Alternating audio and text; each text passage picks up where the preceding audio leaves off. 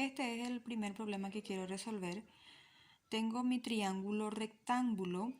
En mi triángulo rectángulo yo ya ubiqué el ángulo A, que es de 90 grados. Yo ya marqué aquí, ya sé que este es de 90, el recto. También tengo el ángulo C, que es de 65 grados. Y tengo el lado C, que es 33 metros. O sea que este lado mide 33 metros. Todavía no tengo el lado A ni el lado B. Tampoco tengo este ángulo B todavía.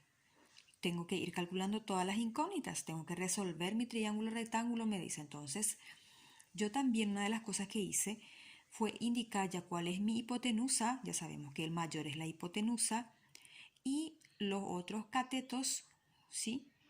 Yo ya escribí opuesto y adyacente. Cateto opuesto escribí nomás abreviado aquí y cateto adyacente también abreviado. Porque este sería el opuesto, porque está frente. Este es mi ángulo el que yo tengo dentro del triángulo, ¿verdad? Entonces, frente a ese ángulo es el cateto opuesto, que es C de 33 metros. El que está pegado al ángulo es el cateto adyacente, que sería el lado B. ¿Está?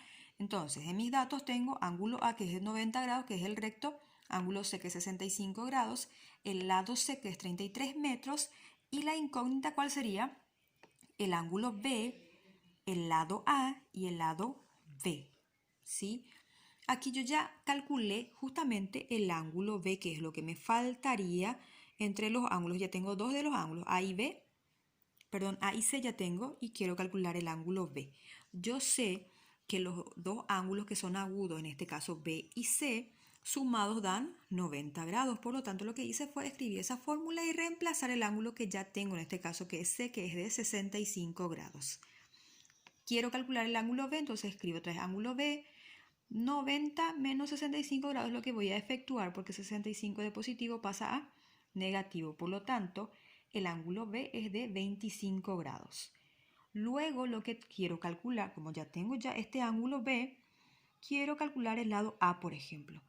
El lado A, en este caso, que sería la hipotenusa, es lo que yo quiero calcular. Tengo que pensar ya ahí en una función trigonométrica o en una relación, ya sea seno, coseno o tangente. Una de las tres nomás vamos a utilizar porque son las que tenemos en la calculadora para utilizar. Entonces, tengo el lado A, que es lo que quiero calcular, o sea, que quiero saber cuánto es, que es la hipotenusa. ¿Qué tengo como dato? Cateto opuesto, ¿sí? Que es 33 metros. Bueno, entonces yo voy a relacionar. Quiero calcular esto y tengo ya el cateto opuesto. Entonces, ¿cuál es la fórmula que tenga hipotenusa con cateto opuesto? La fórmula sería seno, ¿verdad? La fórmula de seno es lo que su fórmula dice, cateto opuesto sobre hipotenusa. Entonces, pero al lado de seno, ¿qué ángulo es el que yo voy a escribir aquí? Porque depende del ángulo que yo tenga en mi triángulo. En este caso, el ángulo que yo tengo aquí es el ángulo C. Entonces voy a escribir seno del ángulo C y escribo su fórmula, que es cateto opuesto sobre hipotenusa. Esa es mi fórmula. ¿Por qué utilizo esta fórmula? Porque yo quiero calcular justamente hipotenusa y ya tengo cateto opuesto aquí. ¿Sí? Entonces, una incógnita nomás tengo que tener en mi fórmula. Ya tengo el ángulo C, ya tengo el cateto opuesto y mi única incógnita sería la hipotenusa.